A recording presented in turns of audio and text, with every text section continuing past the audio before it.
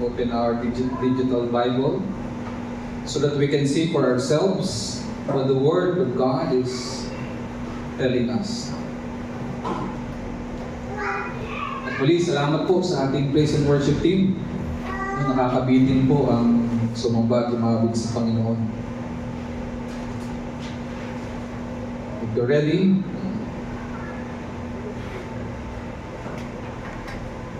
shall we read 1 Peter chapter 2, 18 to 25.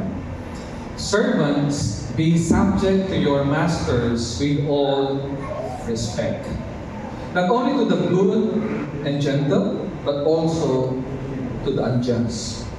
For this is a gracious thing, when mindful of God, one endures sorrows while suffering unjustly. For what good is it if, when you sin and are beaten for it, you endure? But if when you do good and suffer for it, you endure, this is a gracious thing in the sight of God. For this you have been called, because Christ also suffered for you, leaving you an example, so that you might follow in His steps. He committed no sin, neither was deceit found in His mouth. When He was reviled, He did not revile in return. When He suffered, He did not threaten, but continued entrusting Himself to Him who judges justly. He Himself bore our sins in His body on the tree, that we might die to sin and live to righteousness. By His wounds you have been healed. For you were straying like sheep, but have now returned to the shepherd and overseer of your souls. May the Lord bless us for the reading of His word. Let us pray. Almighty God, our Heavenly Father, thank you so much because you have given us a new beginning in this new location. And we pray that your Holy Spirit will mightily move in us and through us to exalt no other name but Jesus Christ. And as we listen to your word, may your powerful work be manifested. Give us faith to believe in your word and your promises, and give us the will to obey, that we may truly honor and glorify you. May we ask for your mighty Spirit to change us into the very kind of person you want us to be. May our minds be open. May our hearts be ready to receive that your word will be planted, that it can find a fertile soil, that it will grow and blossom and multiply and bear much fruits. Thank you so much for this wonderful morning, O Lord. And we ask that you cleanse us from any unrighteousness, that you forgive us from all our sins, that nothing and no one will hinder us from hearing from you. We ask all these things in Jesus' mighty name we pray, and all the people of God say, Amen and Amen. You may now be seated. Ari na po kayo. Salamat sa Panginoon kasi tayo po ay nasa pang-12 na sermon. Iniisip ko nga dahil may bago tayong venue, maba yung ating mga mensahe. But you know what? The Lord is indeed sovereign and good. So lahat po ay nagkakaayon-ayon sa biyaya ng Panginoon. At ngayon nga po, umaga na ito na po yung unang linggo po na ating pong pananambahan sa lugar na ito. At nais ko po i-remind sa inyo sa first Sunday ng November, magkakaroon po tayo ng formal ceremony po ng dedication ng lugar na ito. But even right now, we dedicate this place, at least and every one of us, for the Lord. Pero katulad po ng ating sermon series na Christ-Centered Under Pressure, Christ-Centeredness Under Pressure, nawa makita natin na mga tunay na ang buhay nila at ang church nakasentro si Kristo, anumang pong pressure ang kanilang pagdaanan, hindi sila mawawasak, hindi sila masisira, kundi sila po ay magpapatuloy. At nais ko po kayong paalalahanan sa umaga nito. Na saan man tayo dalhin ng ating Panginoon, huwag natin kakalimutan na biyaya lamang ng Diyos. Kaya tayo narito sa ating kinalalagayan. Katulad po ng paalala ko ng mga nakaraang mga linggo, na wala na ni isa sa ating matitirang credit, grabber. At nawa maging sa ating kapulungan, tumigil na rin yung passing the blame, shifting blame, criticizing. And when we criticize, ang ibig sabihin, we are more than willing to help. Kasi kaya mo nga nakikita yung kakulangan, kamalian eh. Kasi ikaw ang maaaring gamitin ng Panginoon para ayusin yun. But more than anything, let us be reminded that the one we should be thanking and glorifying in this place and in our lives is no other name but Jesus Christ our Lord. Kaya nga po, let me remind you, the only one who can truly take credit for the success of any local church is the one who died on the cross. Let me repeat that. The only one who can truly take credit for the success of any local church is the one who died on the cross. And we need to be reminded of that. You know why? Because it is not the pastor or the workers or any servants here who purchased this church or the church with his own blood. It was Jesus Christ who purchased the church with his precious own blood. Ang Panginoong Jesus ang nagdusa dun sa krus ng Kalbaryo upang ikaw at ako ay matubos kung kaya meron tayong kaligtasan sa lugar na ito upang tayo po ay magpuri at magpasalamat. Alam po nyo, na-enjoy ko po yung ating pong singing kanina, hindi lang sa gifted yung ating mga musicians at yung technical team, kundi praise the Lord kasi linevel up niya pati yung mga equipment. Hindi naman tayo deserve doon. At maging yung lugar na ito, hindi po ba? Kaya pwede po ba palakpakan natin ang Panginoon sa kanyang pagdating? Pwede po ba tumayo tayo ng lahat? Let's give the Lord a standing ovation. Palakpak po malakas. Indeed, He is good.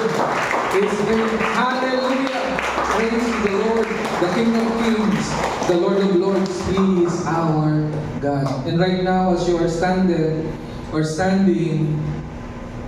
let us spend this time in a short prayer. Ano man yung nakita nyo o pinagdaanan natin in the past, nakita nyo sinagot ni Lord, pwede bang purihin natin ang Panginoon? Pastor, pwede bang tahimik lang? Okay lang if you want silently to pray. But if you would like to shout out praise to the Lord, you're free. You're free. Let us just praise the Lord together right now, and I will close this time in praising the Lord. Sige po, we are free to praise the Lord and glorify His mighty name for His goodness. Indeed, He is good. Oh Lord our God, thank you so much for your goodness, for your love, and for your grace. Salamat po sa inyong kaputihan at kapangpangan sa brother. Salamat po po ay mabuti at dapat sa bawat isa. Salamat po. Pwede namin pangalan sa lugar na ito. Tulungan niyo nga po kami na tunay na magpuri. Nawa ang aming mga lamig, gamitin niyo para kayo parakan. Ang aming kaisipan at aming mga puso, magpuri lamang. Napakabuti po. Salamat po sa inyong kaputihan. Salamat po sa Oh Jesus, we praise you. We give you all the praises, the honor, and the glory. In Jesus' mighty name we pray, and all the people of God say, Amen and Amen. Sige po, palakpakan po natin ang Panginoon. And hindi na bisita. Amin po kayo. The title of our message for today, prepared by our senior pastor, is Your Boss and Your Testimony. Your boss and your testimony. Nandito pa rin tayo sa series na kung saan yung godly behavior, no, yung focus ni Peter, that despite of our sufferings, we can still conduct ourselves in a godly way. Your boss and your testimony. How's your testimony? Kumusta po ang inyong patotoo? Nawa sa YouTube po doon ng ating sermon, makikita natin na maging sa ating workplace, tayo po dapat ay kakitaan ng mabuting patotoo. But more than anything, hindi lamang sa ating workplace, we must understand, brothers and sisters, we are called to endure suffering like Jesus for God's glory. Tama po inyong narinig. We are called to endure suffering like Jesus for God's glory. Maraming mga tao iniisip pag sila'y Kristiyano na, lalayuan na sila ng masasamang bagay. Hindi na sila malulungkot, hindi na sila magdurusa. Pero nawa sa umaga na ito, maging maliwanag sa atin, meron pala tayong calling. Calling to what? Calling to endure suffering. Like Jesus Christ our Lord. Because that will bring honor and glory. Sa pinakamadilim na yugto ng iyong buhay, alam niyo po ba, mas magliliwanag, mas magniningning ang liwanag ng ating Panginoon. Kaya nga po sa sino mang tagapagturo na nagsasabi na pag ikaw'y malapit na kay Lord, lalayuan ka ng anong masama, kung anumang problema, hindi po. In fact, papahintulutan niya ng Diyos sa buhay mo upang ipakita una sa iyo na totoo ang Diyos, na siya'y soberenya, that He is sovereign. That even the ugly, the shameful things that can happen to you, He can turn it, every shame, into His fame. Na kahit yung pinakamasakit, pinakapangit, the Lord can turn the ugly things in our lives into something beautiful, into something that will glorify Him. Katulad ng kanyang kamatayan sa krus. It was very ugly. Excruciating pain and everything, shame, name it. But the Lord saved you and me because of Christ's redemption on the cross. Kaya nga po sa umaga ito, nawa magkaroon tayo ng malinaw na theology of suffering. At tinatanggap lang kasi natin yung theology of exaltation. Diba? Yung dapat masaya lahat. Pero alam niyo po ba, hindi tayo tinawag ni Lord para maging masaya. Opo, para maging maligaya. But happiness and joy are two different things.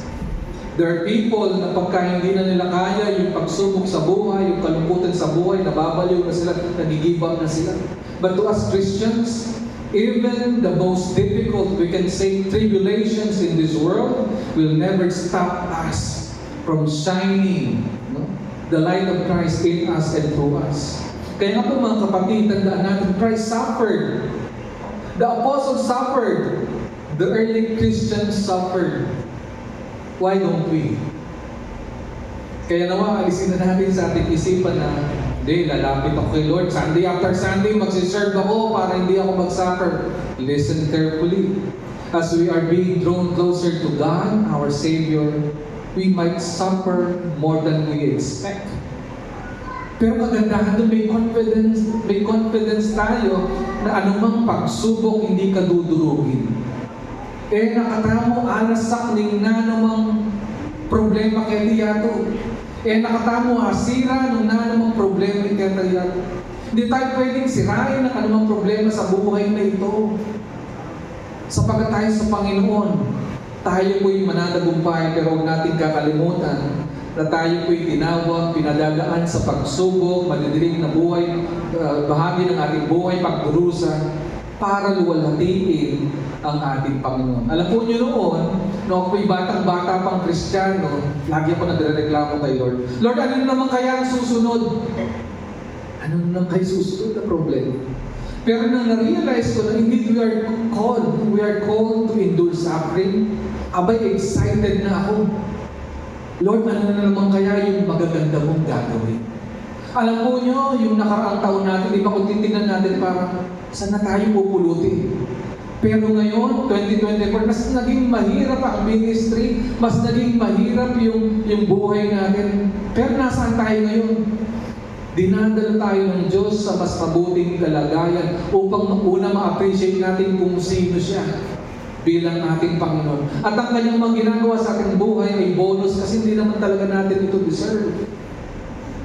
Kaya tandaan po ninyo, huwag nating uurungan ang anumang suffering o pagdurusa because we will realize that indeed we can endure it by the grace and the power of God. Why? Because our beliefs are best displayed in our behavior. Yung paniniwala natin ay mas maipapakita natin sa ating buhay, sa ating pag-behave, sa ating pag-uugali. Kaya nga diba, kahit sa ating mga kaibigan, nakikita natin ang tunay nating kaibigan kailan? Pag tayo'y nasa matinding sitwasyon ng buhay. Hindi tayo parang mga shadow. Meron mga tinatawag na shadow friends, hindi ba? Kapag ang maliwanag, nandyan sila. Pero sa madilim na bahagi ng iyong buhay, nawawala na lang bigla. Pero mga Kristiyano, kahit sa pinakamadilim na sandali ng kanilang buhay, makikita na si Kristo ay buhay at totoo sa kanila. Bakit? Dahil nga po si Kristo na nangako na mananahan sa atin ay mananatili. Siya'y nangako na hindi tayo iwanan ni pababayaan man.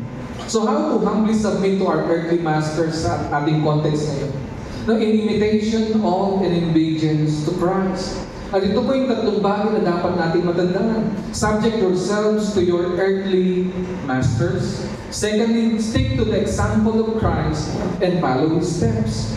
And finally, slay the sinful flesh and lead to the righteousness of Christ. Ilan pong soul-searching questions para atin pong ma-digest ng mabuti yung ating message sa umaga na ito. Una pong tanong, how many of you love your work? Ilan po sa atin dito talagang mahal na mahal natin, love na love natin ang ating mga hanap buhay?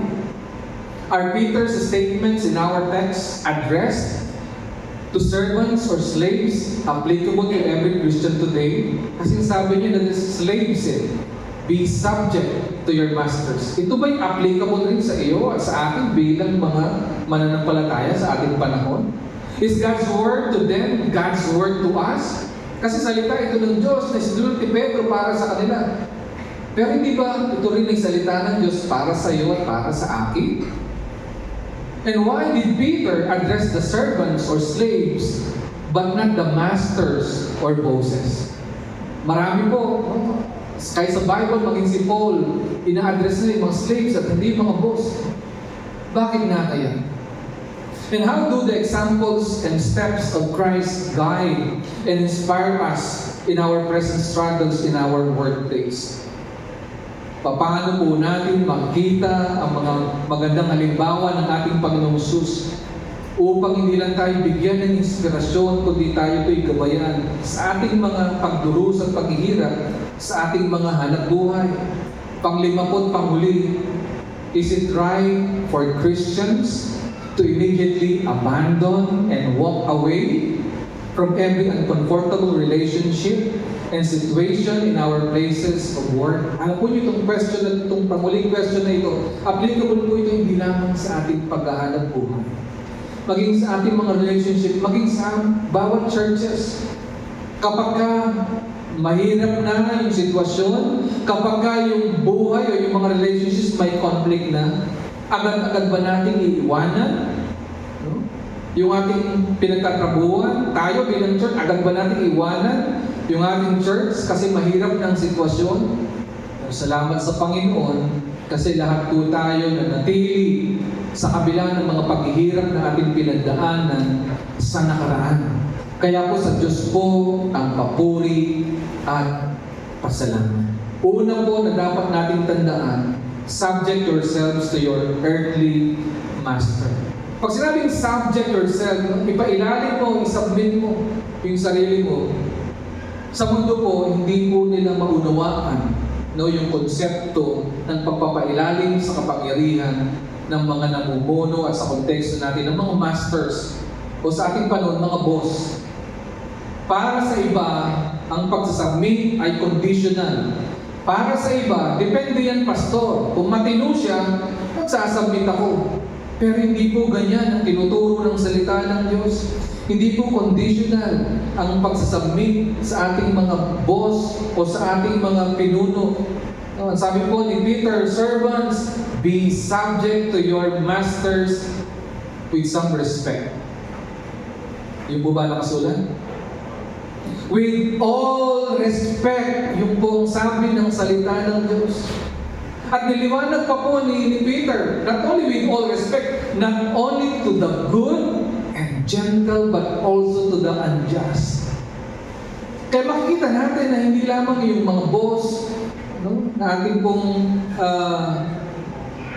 pinaglilingkuran, whether sa opisina man yan o sa negosyo, na dapat ay mabuti lamang kung tayo magpapasakop sa kanila, kundi maging sa mabuti at masama. Ang description nga ni Peter, not only to the good and gentle, but also to the unjust. Sabi ni Pedro, mga alipin, magpasakop kayo sa inyong mga amo. At igalang ninyo sila, hindi lamang ang mababait at mapagbigay, kundi pati ang malulupit. Pastor, napaka-saklap naman ng katotohanan na yun. Pero ito po yung salita ng Diyos. Sa mundo po, iba di ba? Pag nahihirapan na, hindi kasundo yung boss, lalo na sa bagong generation ito, iiwanan na lang. Nananda kayo. I don't deserve this kind of treatment. May mga self-entitlement tayong attitude. Pero maliwanag pong salita ng Diyos. So ano po yung matututuhan natin dyan?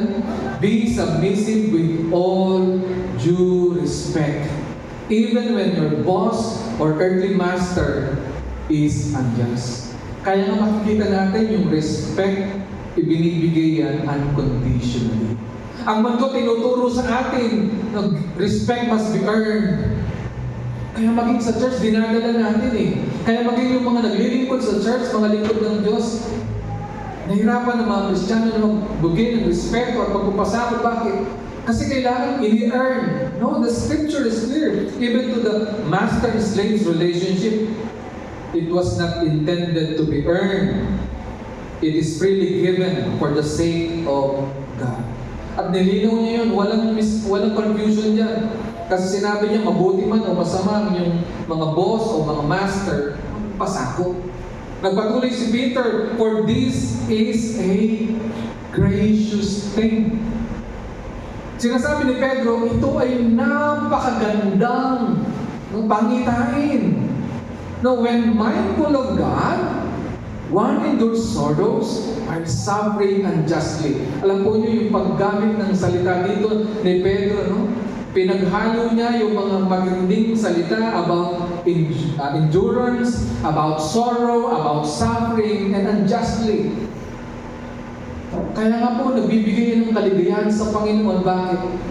Kasi nga tanging ang mga tunay na Kristiyano lamang ang pwedeng gumawa dyan. Yan yung supernatural. Minsan ang iniisip kasi natin yung supernatural na pwedeng mangyari sa paligid. Tandaan natin na ating kaligtasan ay supernatural. At yung pagbabago na pwede natin i-reject, i-project, o i-behave, supernatural yan. Kaya nga sa mga boss na parang napakasama pero kaya mo silang mahalin, kaya mo silang sundin, kaya mo magpasakop, kaya mong ibigay yung pinakamabuti mo, gagawin mo yung lahat-lahat. Gana-gana. Ay, gusto kong salita, di ba pwede bang sigaw na ang salita? Gana-gana. Sa inyo kung hindi ka pampangan, di po itlog yun. Ang ibig sabihin, lahat-lahat. Oo. Kasi ang utos naman sa atin ng Panginoon, di ba? Love the Lord your God with some or half of your heart, with all of your heart, with all of your mind, soul, and strength. Kaya lahat-lahat. Kaya maging sa pagsubok na ito, yung enduring sorrows while suffering unjustly, abay naliligayahan dyan ng Panginoon. This pleases God. Therefore, you're doing God's will and gaining His favor. So, yun po yung motivation natin. Sapagkat kapuri-puri, ang sabi ni Pedro, ang nagtitiis ng parusa kahit walang kasalanan. Kahit walang kasalanan. Pero teka muna, Pastor, walang kasalanan, bakit nagdirinis sa pagdurusa o sa parusa? Di ba dapat pag wala kang kasalanan, wala kang parusa? Pero meron ng mga ganun Katulad ni Kristo. Dapat bang pinurusahan si Jesus sa krus ng Kalbaryo? Hindi, di ba? Kaya sabi ni Pedro, sapagkat kapuri-puri ang nagtitiis ng parusa kahit walang kasalanan bilang pagsang-ayon sa kalooban ng Diyos. Ang kaawa-awa ay ang taong nabubuhay sa kasaganaan kahit na nga nabubuhay sa kasalanan. Nais ko pong bigyan ng tingin sa iyo. Now, as I reflect this portion of the scripture, ito po yung na-realize ko. Mas kaawa-awa yung taong nabubuhay sa kasaganaan kahit na nabubuhay sa kasalanan. Aanin natin ang masaganang buhay. Aanin natin ang matagumpay na buhay kung ikinukubli natin yung buhay natin sa kasalanan. At yun ang pinapakalagan dito ni Pedro. Kasi nga may pagdurusa yung kanyang mga readers. At in-encourage sila na sa kabila ng sorrows, yung mga slaves na ito, na niligtas ng Panginoon, kaya nilang i-endure yung suffering, endure yung sorrow kahit mga hindi karapat-dapat. So ano po yung matututuhan natin dito? Ano po yung action point natin? So be willing to suffer injustice and listen carefully. Mindful of God's will and favor. Kung meron man tayong motivation, bakit natin i-endure yung sorrow, yung suffering? Kasi kalooban ito ng Panginoon.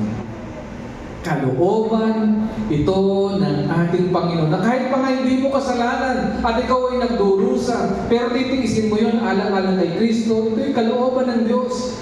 At in fact, it is God's favor despite of the injustice. Nagpatuloy po si Pedro sa verse 20, for what credit is it if when you sin and are beaten for it, you endure? Nais ko pong pag-isipan natin ito ng mabuti.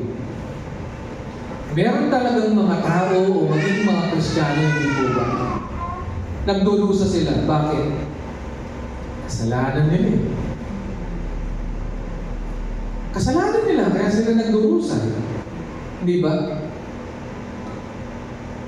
Ang sabi ni Pedro, for what credit is it? Ano pa kinabang doon?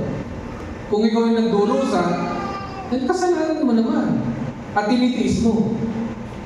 At paano ito kinontrast? But if when you do good and suffer for it, you endure, this is gracious thing in the sight of God. Kaya huwag po tayong matatakot na para magdurusa na naman. Mga kapatid, ang sabi ni Pedro sa Tagalog, ganito, may pagmamalaki ba ang magtiis ng parusa kung ito ay dahil sa paggawa ng masama? Hindi. Ngunit kung magtiis kayo ng hirap sa kabila ng paggawa ninyo ng mabuti, pagpapalangin kayo ng Diyos. Pagpapalangin kayo ng Diyos. Kaya po dapat tayo mga Kristiyano, hindi tayo takot na magdusa para lang gawin kung ano yung tama. Una, bakit tayo dapat magtiis? Kasi tama yun eh. Yun ang magbibigay kalultihan sa ating Panginoon. Kaya nga po mga kapatid, let us cultivate the attitude of being brave. Bravely endure and keep doing good even if you suffer for it. Even if you suffer for it. For it is commendable before God. Kaya meron po ba kayong mga pagdurusa sa kasalukuyan? Pero dahil kasalanan ninyo, let us endure. Pero daan natin, higit na mas mabuti ang alin. Yung gumagawa ka ng mabuti, pero grabe, pinahintulot ng Diyos na maparusahan ka, magdusa ka, na natili kang tapat sa Diyos, abay ang pabor ng Panginoon na sa iyo. The Lord is pleased, and it is commendable for God that we will endure suffering despite of what we have done, that we did good for the Lord. Kaya nga mga kapatid, huwag natin kakalimutan, lalo na tayo pong mga may pinapasukan o may mga boss, no? Subject yourselves to earthly masters, mga kapatid. Magpasakop tayo, magpailalim tayo sa ating mga boss. Bagaman dito, may tawag sa inyo, katulad si Boss Dong. Asawa niya daw po si Lady Boss. Nandito rin po si Boss G. Maraming mga boss dito eh. Pero tandaan po natin, tayo po na hindi mga boss, kailangan magpasakop sa ating mga boss, alang-alang sa ating Panginoon. And let us take to the example of Christ and follow Him in His steps. Kasi yun po eh. Ano yung essence o ano yung pinaka-reason bakit kailangan nating mag-endure ng suffering? Kasi binigyan tayo ng magandang halimbawa ng ating Panginoon. So let us stick to the example of Christ and follow in His steps. May mabuting halimbawa ang ating Panginoon. Alam po niyo, hindi ko nga talaga maintindihan. Yung mga tao na laging ipinapangako sa tao na pag ikaw ay magiging tapat sa Panginoon, kung gagawin mo ito, kung ibibigay mo ito, kung ganito ang magiging plano mo sa buhay mo, talagang pagpapalain ka ng Panginoon, siksik, liglig, umaapaw. Katulad mo nung binanggit ko kanina, si Jesus Christ, ano bang klaseng buhay pinamuhay niya sa mundo na ito? Yung kanyang 12 disipulo, alam niyo po ba kung paano sila nagdusa sa mundo na ito? Meron bang mga yumaman sa 12 apostles ni Jesus? Meron po ba kayong alam? Hindi ko pa sinabi magpakahirap tayo. Pero makinig kayo mabuti. Whether mayaman kayo o mahirap, pareho lang may pagdurusa. Naniniwala ba kayo na kahit kayong pinakamayaman sa mundo na ito, pwede kayong napuan ng cancer? Mapipigilan ba ng pinakamayamang tao sa mundo ang sakit? Ang mga pagkasira ng relationships? I-research ninyo, maging ang mga pinakamayamang mga tao, sira ang relasyon, maging sa kanilang asawa. Kaya nga po, huwag po natin tatalikuran ang pagdurusa. Huwag natin tutularin ang mundo na ito. Let us take to the example of Christ and follow in His steps. Huwag nyo naman po intentional na pagdusahin yung iba. Yung iba naman sinabi ni Pastor, dapat daw magdusa ka. Ay, hindi po. We endure suffering. So yung iba sa atin, parang gusto maging Diyos, pagdudusahin yung iba, hindi po. We are called to endure suffering just like our Lord Jesus Christ. Kaya sabi po ni Peter, for to this you have been, what? Napabasa niyo po ba? Pwede niyo pong buksan muli yung Bible. Verse 21, nais kong bigyan ng diin, matinding diin. Kasi marami sa atin nalilito sa buhay. Pareho ba tayong binabasa ng Bible sa verse 21? For to this you have been called. That's very hard to swallow. Lalo na sa panahon natin. Kasi everything is promised. Para bang Christianity is a walk in the park. Yes, it may be a walk in the park, but Jurassic Park, it is not never a bed of roses. Ang Christianity. Kaya sabi ni Peter, for this you have been called. Tinawag kayo dito tulad ni Kristo na pagtiisan ang mga pagdurusa. Hindi ko po sinasabi na lagi tayong malungkot na parang laging Biyernes Santo. Pero yan po yung katotohanan. Ano po yung reason? Because Christ, what? Also suffered for you. Kaya di ba kakaiba sa mga Kristiyano ngayon? Si Christ, para i-save ka dahil sa kanyang pagmamahal, He suffered for you. Eh bakit ang mga Kristiyano ayaw ng suffering para kay Christ? Samantalang sabi na ng salita ng Diyos, when you suffer for Christ, you will be rewarded. Great is your reward in the kingdom of God. Diba? If you are persecuted, if you suffer for the sake of Christ, you will be rewarded greatly. Kaya sabi, because Christ also suffered for you, leaving you what? An example, so that you might follow in His steps. Kaya po tingnan po natin sino yung sinutundan natin. May mga tao, kaya tayo iniinganyo sumunod sa kanila. Kasi anong pinapangako nila? Magandang buhay. Matagumpay na buhay. Hindi po ba? Matagumpay na buhay. Ano man po yung pagdaanan natin, makinig po kayo mabuti. Pagkalooban ng Diyos, ang kabiguan sa buhay ay tagumpay. Narinig niyo po ako? Kapag kalooban ng Panginoon, kahit ang kabiguan ay tagumpay. Pero kung tagumpay, pag hindi yan kalooban ng Panginoon, yan pa rin ay kabiguan. Yan po ang ekonomiya ng Diyos. Kahit na pa nga ikaw pinakamatagumpay, pero kung hindi yan ang kalooban ng Diyos, kabiguan pa rin yan sa mata at harapan ng Diyos. Kaya nga noon, di ba, sa mata ng mga Hudyo na pumatay kay Kristo, kabiguan ang sinapit ni Kristo, hindi ganyang Kristo, Mesaya. Ang kanilang inaasahan ng Mesaya ay makisig, matapang, magliligtas sa kanila sa Roman Empire. Hari ng mga hari, Diyos ng mga Diyos. Hindi nila nakilala si Kristo ng panahon. Kaya ang ating Panginoon nagbigay ng magandang halimbawa. Ang pagtitiis ng hirap ay bahagi ng pagkatawag sa inyo ng Diyos. Ulitin ko po yan. Ang pagtitiis ng hirap ay bahagi ng pagkatawag sa inyo ng Diyos. We must embrace it. Bakit? Sapagkat nang si Kristo ay magtiis para sa inyo, nag-iwan siya sa inyo ng isang halimbawa na dapat ninyong lubos na tularan. Kaya mga kapatid, tayo ngayon nasa estado na ng church life natin na kumbaga kayong Kapampangan, manawatang bagya ngayon. Ali po ba? Ngayon, mangalgal na kubukin din lang. Pwede kong pakita sa temperature na nagigaylo na po yung iba eh. Sino po bang marunong paki-as po ng temperature lang? Opo. Binibigyan tayo ngayon ng Panginoon para makaranas ng, alam po nyo, kasaganaan. Ano kasi kang Tagalog yung kanawan? Comfort? You can say, comfort, o kaaliwan, kagaanan ng buhay. Pero tandaan natin, hindi yan ang pangako ng Diyos because God is more concerned with our holiness than our happiness.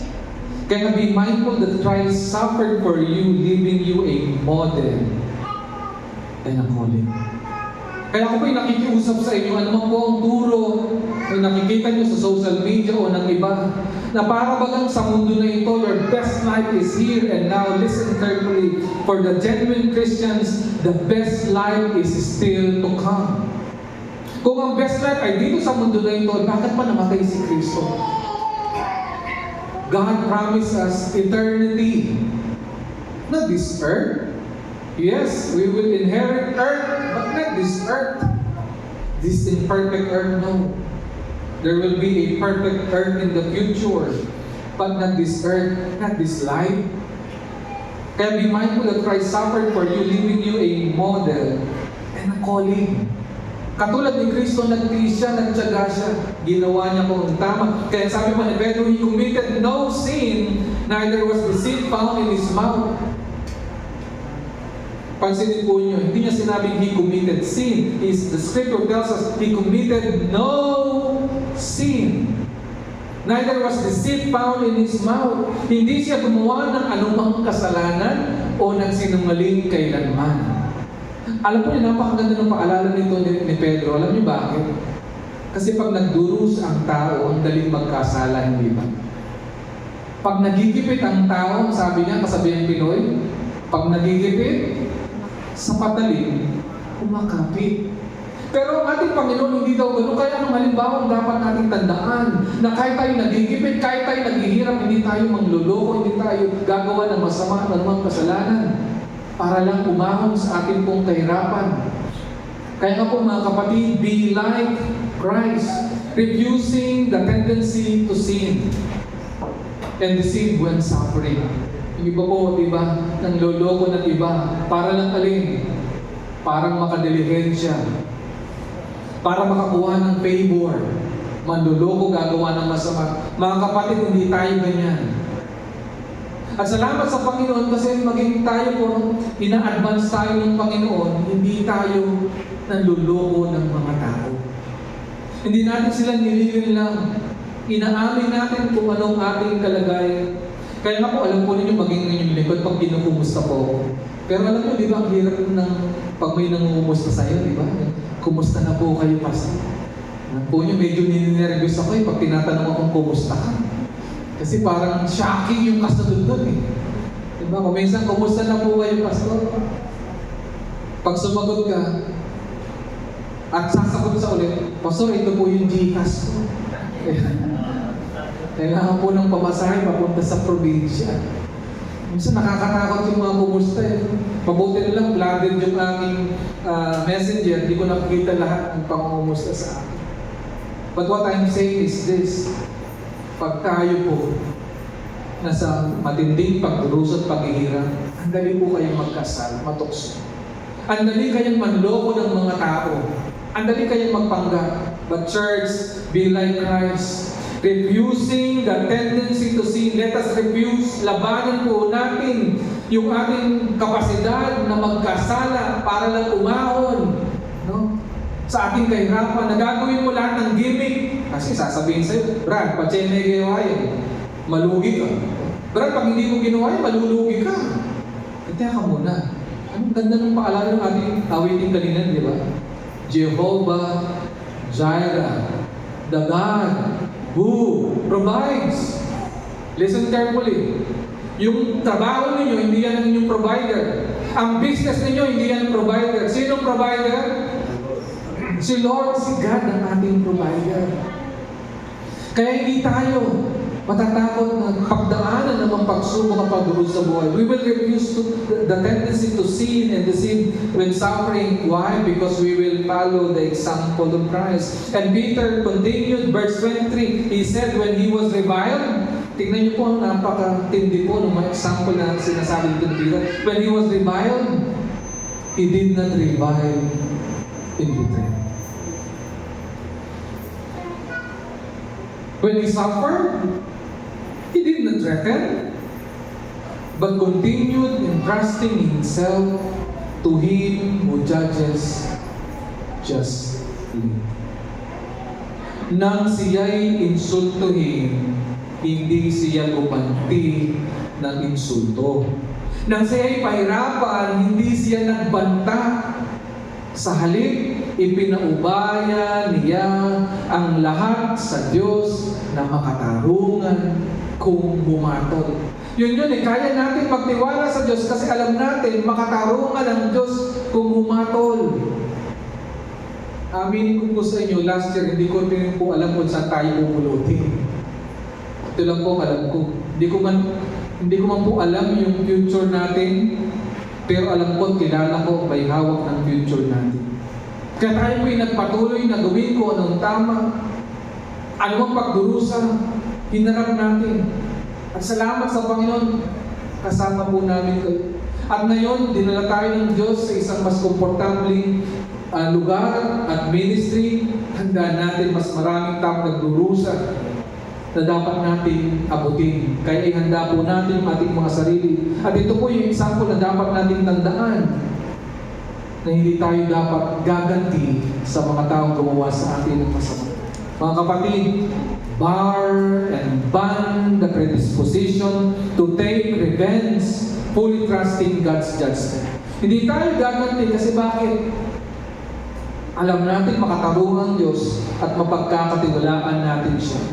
Church, stick to the example of Christ and follow in His steps. Tayo po ay manatili, sumunod sa halimbawa ng ating Panginoon at panghuli, slay the sinful flesh and live to the righteousness of Christ. Slay the sinfulness flesh and live to the righteousness of Christ. Hindi natin dapat hayaan ang pita ng laman na manaig. Bagkus nawa yung katuwiran ng Diyos ang hayaan nating makita sa ating mga buhay. Verse 24, He Himself bore our sins in His body. Inako niya ang ating mga kasalanan sa kanyang katawan. On the tree.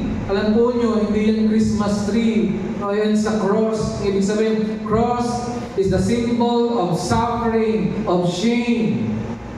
Suffering and shame. Yan po ang simbolo ng cross na yan. At tunay nga, binatayan ng ating Panginoon. For what purpose? That we might die to sin and live to righteousness. Magkabila po yun. Namatay si Kristo hindi lamang po para sa ating mga kasalanan. Akuin yung kanyang ating mga kasalanan. Kundi para ikaw at ako ay mabuhay sa katuwiran. To live the righteousness of Christ. At ano po sabi ng salita ng Diyos, by His wounds you have been healed. Alam po yung marami sa atin, nami-misquote po yung last phrase. Bakit? Ginagamit natin to sa mga physical illnesses. Pero alam po, minomodify ng statement na yan. Yung nauna pong salita, alam po, that we might die to sin and live to righteousness. We have been healed from the power of sin. Kaya dapat tayo mga Kristiyano, kahit ang mga pagdurusa at paghihirap, nagpapakita yan sa atin ng katuwiran. Inako ni Kristo ang kasalanan natin. Dapat tayo din naman, akuin natin pamuhay ang kabanalan mula sa ating Panginoon. Kaya mga kapatid, be aware that the atoning sacrifice of Christ on the cross heals us and empowers us to die, to sin, and live to righteousness. Yan po yung being healed. By His wounds we have been healed. Alam po yung nalulungkot po yung lingkod kasi marami po tayong mga kakilala, kaibigan, kapatid na namatay dahil sa cancer. Pero marami rin sa kanila na pag pinalangin natin, nilapit natin sa Panginoon, pagalingin niyo sila. Marami din namang gumaling. Pero makinig kayong mabuti. Katulad po ng akin na naturo na maging sa mga memorial verses. Pag anak ka ng Diyos, ano man yung sakit mo, yan man ay terminal, wala man yung kagalingan, laging kagalingan ang sagot ng Diyos sa kanyang anak. Laging kagalingan. Ikaw man ay mamatay o patuloy na mabuhay. Bakit po ganun? Pag ikaw ay nagka-cancer, pinagaling ka ni Lord sa cancer, anong klaseng healing ang tinanggap mo? Temporary healing.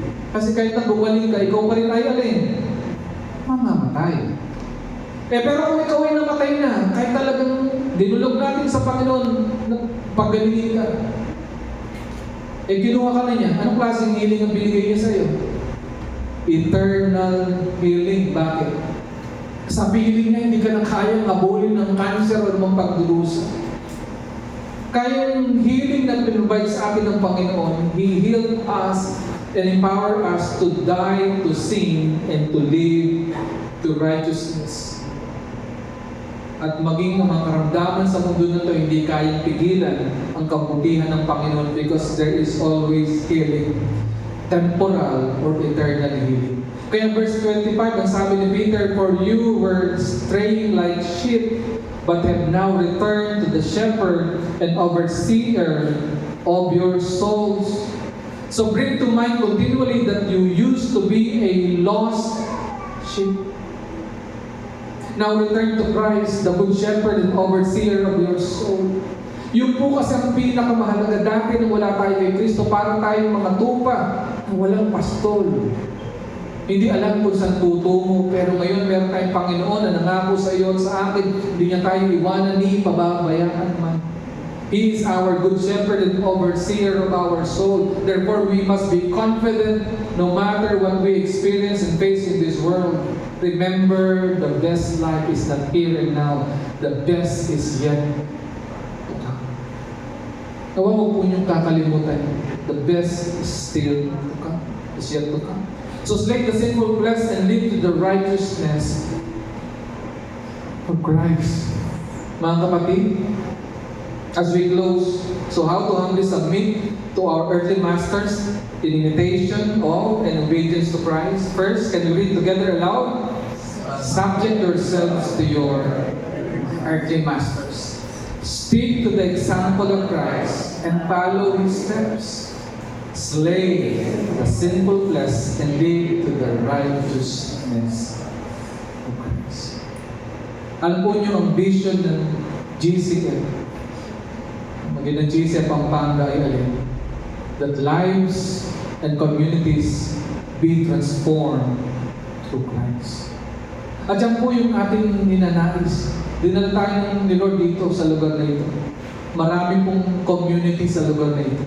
May the Lord shine His light the brightest in us and through us in this place, so that lives and communities be transformed through Christ. At yan po yung ating desire. Tayo po mga empleyado na may mga boss, ipakita natin sa ating mga buhay pag-uugali ang katotohanan ng ating pananampalataya. We are called to endure suffering like Jesus for God's glory. Hindi natin tatalikuran ng anumang pagdurusa bakit ito'y magbibigay ng kalulatian sa ating Panginoon. Let me remind you again, Christ suffered. The apostles suffered. The early Christians suffered. Why? don't we? Why don't we? Hindi tayo matatakot sapagkat kasama natin si Kristo Jesus na siya ating Panginoon, ito'y magbibigay sa kanyang kapurihan at kalwatian. Kung kaya nga po, here in GCF Pampanga, we are in the ministry of knowing Christ deeply and making Him known widely. Shall we bow our heads and Almighty God, our Heavenly Father, thank you so much for your goodness and love and grace. Thank you so much for the good example of Christ that we can follow in His steps. We humble ourselves before you, Lord. Sometimes we follow the pattern, the system of this world, that honor and respect is unconditional. But you have reminded us through your word, even as employees, to our employers, that we need to be subject to them. We need to be subject to them, Lord, because this is your will. That we need to stick to the example of Christ and we need to follow in His steps. That's why we will not turn our backs on you, even though we suffer in this life. Lord, as you have promised, you empower us to slay the sinful flesh and live the righteousness of Christ, because indeed we have the Spirit of the living God, the Holy Spirit. So empower us to truly know Christ deeply and make Him known widely. In your mighty name, Jesus, this we pray. And all the people of God say, Amen and Amen. So we all stand up as we worship the Lord for our giving.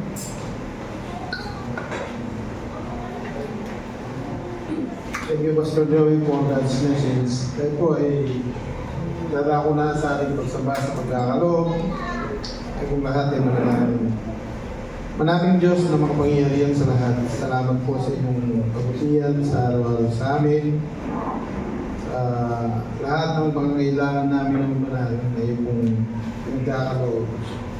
Hindi mo kami pinagkukulang, ang manal at ang lahat ay ibinibigay mo ng aming kailangan. Sa oras po ikaw mamanalay, narito kami sa pagbabahagi ng mga kaloob na yung pinagdalog po sa amin, ay amin po yung pagkakaloob. Magmula sa aming puso mamanal, ay magkakaloob kami ang mamanal sa kabanang ibesa upang mapalawak pa ang gawain ng mamanal. Tulong mo kami ang mamanal sa pagmumula sa puso namin, dahil sa aming pagmamahal sa iyo, ay aming pagmamahal, ay aming po ipagdalo pagmamahal na nasa ng puso namin. Muli, Diyos, sa ilang po namin ibinabalik ang pinakamataas na pag-ulit, pagpapasalamat sa pangalan ng aming Panginoon.